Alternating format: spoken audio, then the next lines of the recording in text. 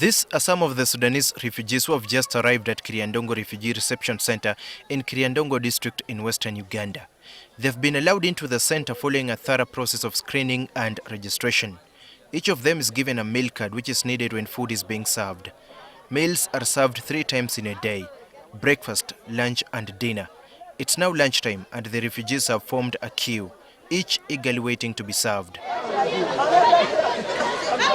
We provide breakfast, that's porridge, lunch and supper. We provide rice and beans, depending on what is available or provided by World Food. Sometimes we even give posho and peas or beans.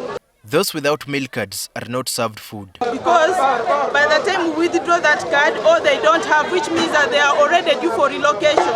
They already received the entitlements, they will receive the cash-based support, they received the core relief items, and they've also received food from World Food Program to sustain their stay at the settlement. NTV understands that the majority of Sudanese refugees are finding it hard to cope with the diet served at the reception center because the food served there is totally different from what they are used to eating back at home. Some of the refugees, especially children, appear physically weak and malnourished.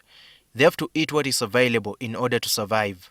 In the provision of hot meals that WFP provides, we have a food that is given on the same food stuff that you get from morning to evening. Imagine we are getting some food that is not necessarily the same food that the Sudanese eats back home. Kiryandongo Refugee Reception Center is also overpopulated. Its capacity is just 370 people, but about 1,000 of them are accommodated here daily, most of them women and children.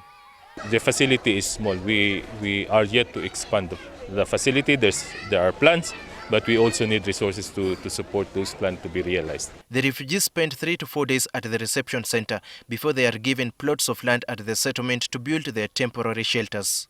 We tried to set up an SOP, standard operating procedure, to keep them only, hopefully, within 3 days. But unfortunately, that is not the case.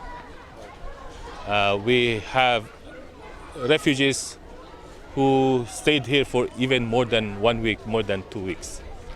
Several refugee funding agencies have camped at the reception center, each assisting refugees in different ways.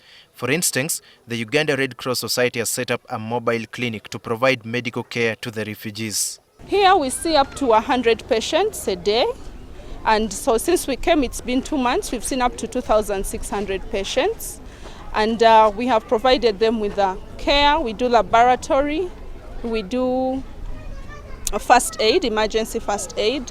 We do treatment of the common illnesses as well as non-communicable diseases, which are quite prevalent among the Sudanese population. Life at the reception center is evidently difficult, but the Sudanese refugees, most of whom are Muslims, are holding on to their praying practice, hoping that everything will be well and that they may be able to return to their home country.